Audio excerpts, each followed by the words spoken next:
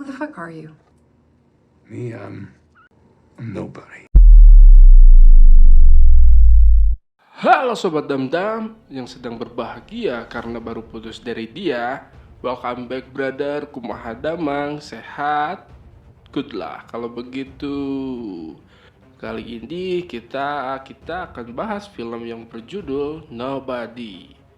Dirilis pada tahun 2021 dan penulis film ini ternyata sama dengan penulis film John Wick, yaitu Derek Kolstad. Dan juga produsernya sama dengan produser film John Wick, yaitu David Leitch. Jadi style film ini hampir sama seperti film John Wick. Brutal, sadis, berdarah-darah, tanpa ampun, pukul-pukulan, tembak-tembakan, pokoknya maedon. Dan juga film ini pun banyak dicocologikan oleh netizen seantero planet dengan film si John Wick, dari mulai tato, cara ngebantai musuhnya, alur ceritanya, sempaknya, dan lain-lain. Tapi saya pastikan film ini memiliki plot cerita yang cukup berbeda dengan John Wick. Daripada pusing mikirin propaganda, prokol, konspirasi konduksi film ini yang dibuat oleh kaum berbahan elit dunia, kuilah kita lanjut ke filmnya biar semua clear. Film ini akan berfokus ke om saya, seorang pria barubaya bernama Hutch Mansell. Nih om saya, di mana pria ini adalah sosok ayah, pekerja keras, baik hati, imut, dan rajin menabung. Jika dilihat di kartu keluarga milik Hutch, dia memiliki 1 orang istri dan 2 orang anak.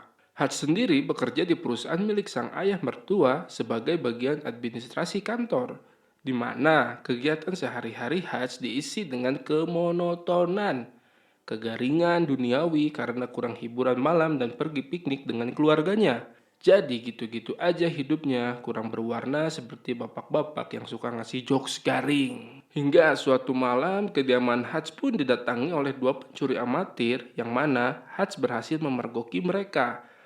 Namun, karena pengen nyari aman atau karena alasan tertentu yang Hutch tahu, Hutch pun membiarkan mereka mengambil sejumlah uang receh buat jajan anaknya yang jumlahnya tidak terlalu banyak. Tiba-tiba, anak sulung Hutch pun dengan gagah berani loncat dan berhasil menyergap salah satu pencuri itu. Dan ketika si pencuri yang lain teralihkan perhatiannya, terlihat Hutch ingin mengambil sebuah tongkat golf dan berniat untuk memukulnya. Namun, apa yang terjadi? Hutch justru meminta anaknya untuk melepaskan pencuri itu dan membiarkannya mereka berdua kabur begitu saja. Karena kejadian itu, anak sulungnya pun merasa sangat kecewa dengan tindakan Hutch. Ditambah sikap polisi pika sebelen yang seolah ikut menunjukkan rasa kecewa terhadap sosok ayah sepertinya. Tak bisa dipungkiri kejadian tersebut pun menimbulkan dampak negatif yang mana hal itu cukup menjadi bukti bahwa sosok Hutch sebagai ayah sekaligus pelindung keluarga mulai mendapatkan keraguan dari istri dan anak sulungnya. Kecuali si bungsu yang masih kecil dan imut-imut. Tak cukup sampai di situ, tetangga sebelah rumahnya pun memberikan sindiran dengan mengatakan bahwa jika rumahnya kemalingan, dia tentu tidak akan tinggal diam dan akan memberi sedikit pelajaran kepada maling tersebut. Dan itu cukup membuat Hutch diam tanpa kata. Bukan hanya di rumah saja, tapi di tempat kerjanya pun harus mendapatkan perlakuan yang kurang menyenangkan ketika adik istrinya alias adik iparnya sendiri menyayangkan kejadian semalam dan memberikan sebuah pistol untuk Hutch berjaga-jaga. Nah, ini dia adalah ayah mertuanya alias pemilik perusahaan tempatnya bekerja, di mana beliau menyuruh Hutch untuk membeli perusahaannya ini agar dapat melanjutkan usaha dari ayah mertuanya. Karena dengan usia yang sudah tua, sang mertua ini berniat untuk pensiun. Namun karena harganya belum sesuai, Hutch pun meminta untuk memikirkannya kembali. Di luar rutinitas pekerjaan tersebut, Hutch ternyata memiliki sebuah radio khusus di kantornya, di mana dia sering berbicara dengan seseorang yang nampaknya adalah teman lamanya. Di mana hal itu menjadi sebuah pertanyaan misterius terhadap siapakah sosok Hutch ini sebenarnya. Dan percakapan Hutch dengan seorang di radio itu akhirnya menguak sebuah fakta menarik tentang alasan kenapa Hutch tidak melakukan perlawanan di malam itu. Karena ternyata Hutch sudah mengetahui secara detail tentang kedua pencuri itu yang mereka berdua adalah sepasang suami istri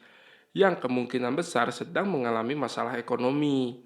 Karena jika mereka adalah maling profesional yang selalu melakukan aksi, tidak mungkin mereka melakukan pencurian hanya untuk sejumlah uang receh yang jumlahnya tidak terlalu banyak. Dan yang paling menarik dari semua itu adalah pistol yang mereka gunakan pada malam itu sama sekali tidak berpeluru. Dan itulah alasan kuat kenapa Hutch tidak melakukan perlawanan. Clear ya, jelas ya.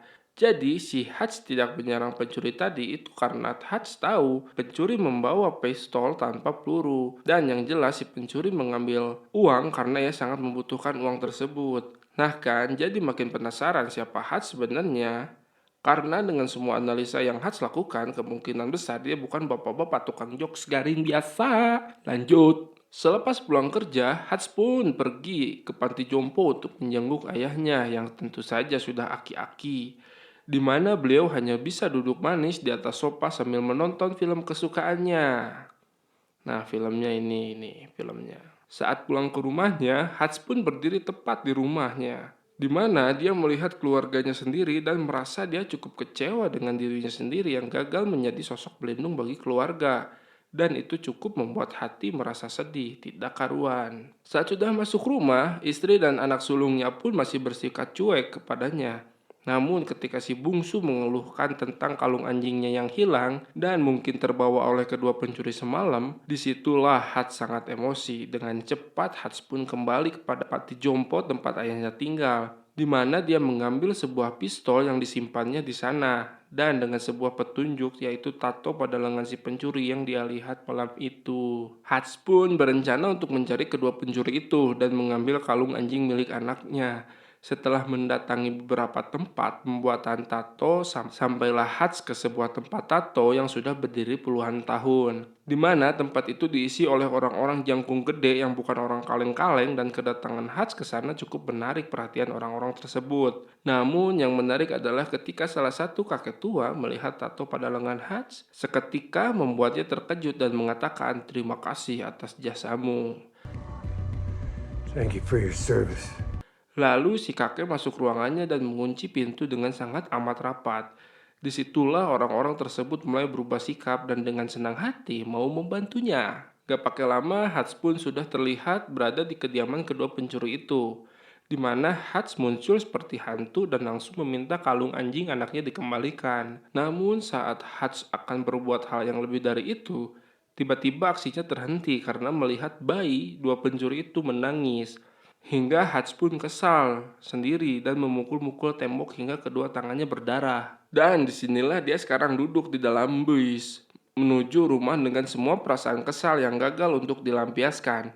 Namun, suatu keberuntungan terjadi ketika ada sekelompok pemuda yang mabuk dan masuk ke dalam bis, di mana hal itu membuat seketika Hutch pun tersenyum, karena akhirnya mendapatkan sasaran empuk untuk dijadikan bahan pelampiasan.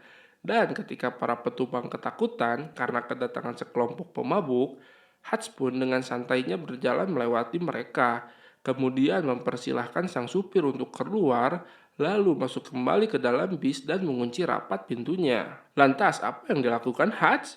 Tentu saja dia akan menghajar mereka semua. I'm gonna fuck you up. Nah, terus terjadi perkelahian 1 lawan 5. Para pemuda tinggi besar dan bapak-bapak yang memiliki perawakan kurus. Dengan brutalnya, Hutch mengajar mereka semua. Yang mana adegan ini amatlah berdarah-darah dan itu sangat sekali mendebarkan. Dan sampai sini sudah jelaskan bahwa Hutch adalah bukan siapa-siapa, tapi bukan pria kaleng-kaleng. Saat Hutch pulang ke rumah, sang istri pun awalnya terkejut dengan banyaknya luka di tubuhnya. Tanpa banyak pertanyaan, dia pun langsung mengobati Hutch dengan lemah lembut sepenuh hati dan menemaninya sampai dia tertidur pulas. Sementara itu, adegan berpindah ke tempat lain di mana kita akan melihat seorang mafia bernama Yulian Kuznetsov atau biasa dipanggil Yuli, yang mana Yuli terlihat berjoget dan bernyanyi di sebuah klub malam yang cukup ramai pada malam itu. Yuli sendiri adalah seorang mafia Rusia yang memiliki usaha penyimpanan uang yang mana rekan-rekan sesamanya mempercayakan semua uang mereka di tempat penyimpanan milik si Yuli. Dan saat mereka bersama, Yuli pun ditegur oleh salah satu rekannya mengenai sikap tidak kegah dirinya saat berjoget dan bernyanyi di depan, yang mana sikapnya tersebut dianggap bisa menurunkan kepercayaan sebagian besar dari dari mereka karena menunjukkan tidak adanya wibawa dan rasa hormat dalam diri Yuli dan apa yang dilakukannya. Yuli tiba-tiba memecahkan gelas kemudian menyerang salah satu pengunjung. Lalu Yuli pun menggorok lehernya tepat di depan para rekannya. Dan itu cukup membuktikan bahwa Yuli adalah orang yang berbahaya yang bisa membuat kepercayaan mereka meningkat. Tak lama Yuli pun mendapat telepon bahwa adiknya sedang dirawat di rumah sakit, yang mana adiknya tersebut ternyata adalah salah satu korban dari Hutch.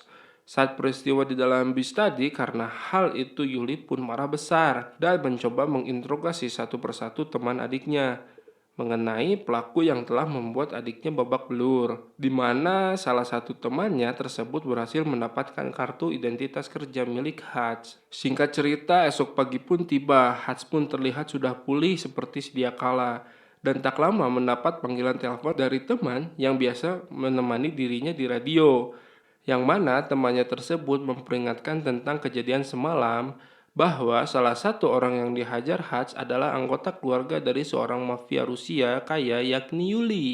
Untuk mencari informasi mengenai Yuli ini, Hutch pun pergi ke tukang cukur di mana di situ ada seseorang yang cukup penting. Gak tahu siapa itu, tapi terlihat kalau orang tersebut kemungkinan besar adalah sebuah agensi yang pernah mempekerjakan Hutch di masa lalu. Dan setelah Hutch melihat dokumen tentang Yuli, Hutch pun tidak menyesali tentang perbuatannya malam dan akan menghadapi setiap resiko atas tindakannya tersebut. Yuli sendiri memberikan kartu identitas kerja kepada stafnya, di mana staf tersebut menyuruh salah satu orang dari pihak pemerintahan atau Pentagon untuk melacak alamat dan semua hal tentang Hutch. Alangkah kagetnya ketika sistem tersebut mengetahui bahwa Hutch adalah orang yang sangat berbahaya, di mana kita bisa melihat beberapa foto yang memperlihatkan tentang jiwa barbar Hutch di masa lalu sampai-sampai si staf tersebut memutuskan untuk tidak ikut campur dan mengundurkan diri dari pekerjaannya saat itu juga. Edan si Hutch ini. Saat Hutch dan keluarga sedang makan malam, di luar dugaan Yuli ternyata bergerak lebih cepat dari dugaan.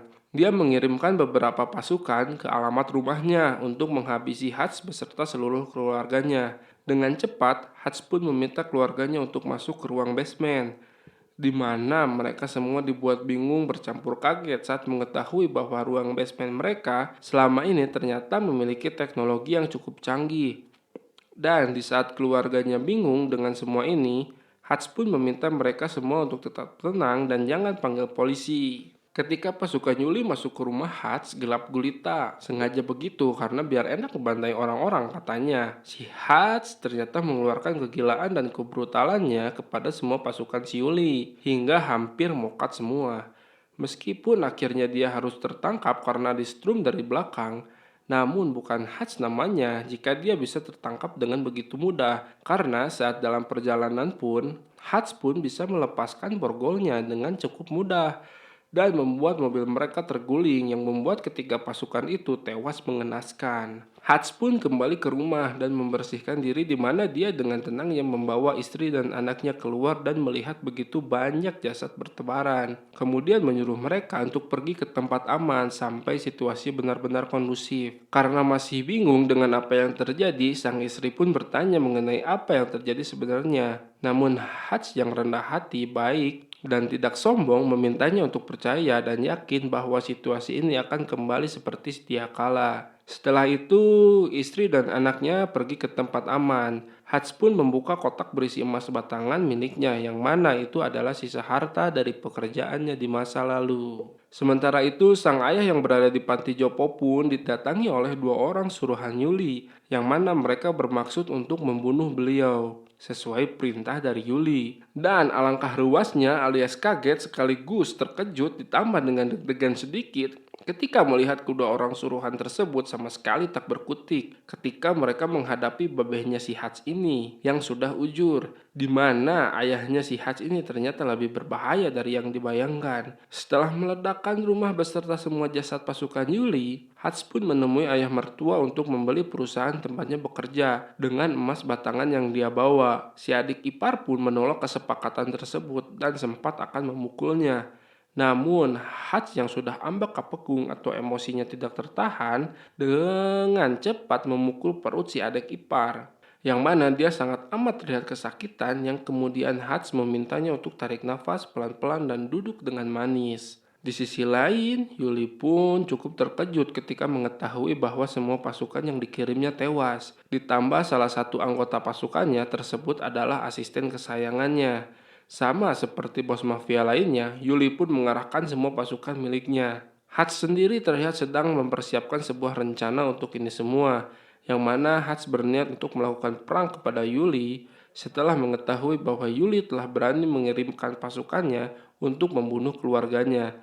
Tanpa ragu dan tanpa rasa takut sedikit pun, Hutch pun mendatangi tempat penyimpanan uang milik Yuli, di mana dia dengan santainya membantai puluhan pasukan bersenjata di sana, yang mana itu menyiratkan suatu hal bahwasanya Hutch pernah melakukan hal yang lebih buruk dari ini di masa lalu. Tak hanya itu, Hutch pun lalu membakar semua uang milik rekan-rekannya Yuli, yang mana itu tentu akan membuat Yuli bertanggung jawab atas hilangnya semua uang milik mereka. Dan yang paling gila dari semua itu adalah setelah Hutch menghancurkan bisnis Yuli, Hutch pun dengan santai nekat datang sendirian ke klub milik Yuli.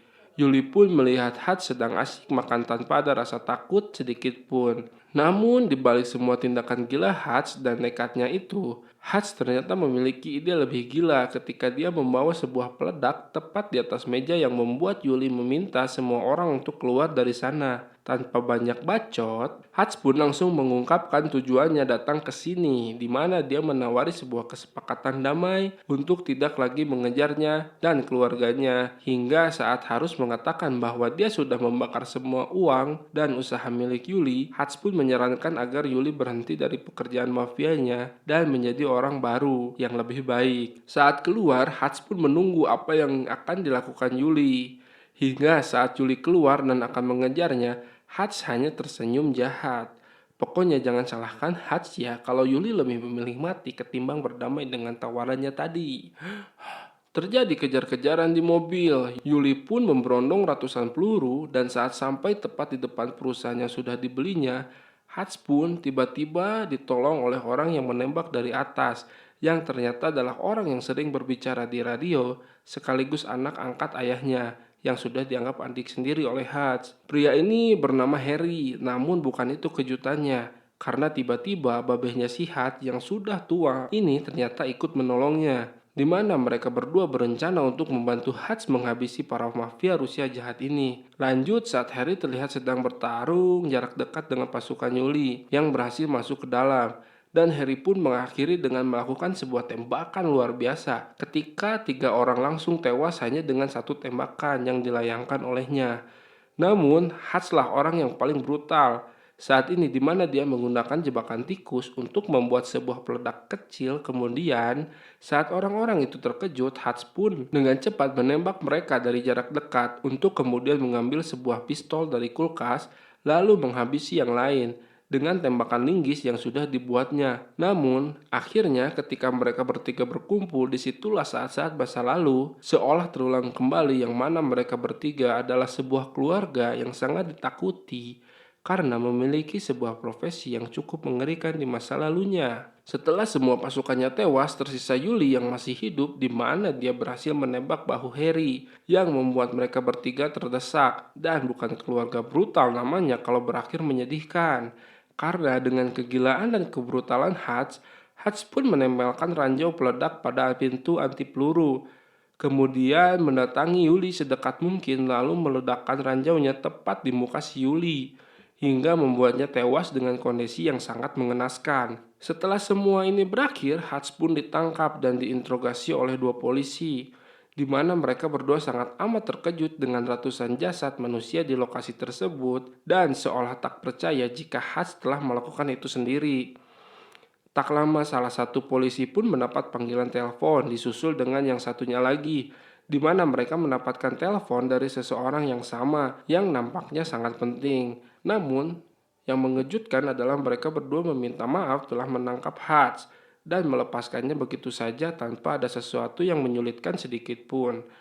Saat polisi itu bertanya, "Siapa kamu sebenarnya?" Hutch pun menjawab, "Aku bukan siapa-siapa." Tamat dong. Oh iya, di akhir film terlihat Harry dan babenya Hutch pergi ke suatu tempat menaiki mobil yang penuh dengan senjata berat. Kayaknya bakalan ada film keduanya nih. Ahai, mantap-mantap. Dan juga si Hutch terlihat ingin membeli rumah baru bersama keluarga kecilnya. Yo yo yo, jadi begitu sobat Damdam untuk alur film yang berjudul Nobody ini. Gimana, seru kan? Deg-degan kan? Asli kudu wajib harus nonton film fullnya. Karena di film ini banyak adegan-adegan brutal yang nggak bisa ditampilin di sini. Dan biar makin lebih deg-degannya aja. Sekian dari kita ya brother, jangan lupa jaga kesehatan, jaga pacar orang, banyak makan dan jangan makan teman. Jangan lupa bahagia dan jangan lupa bersyukur dan jangan lupa subscribe biar gak ketinggalan alur film lainnya. Like juga dan juga komen ya, siapa tahu dapat jodoh di channel ini. Dam Dam Story pamit. Bye bye bye bye bye bye bye.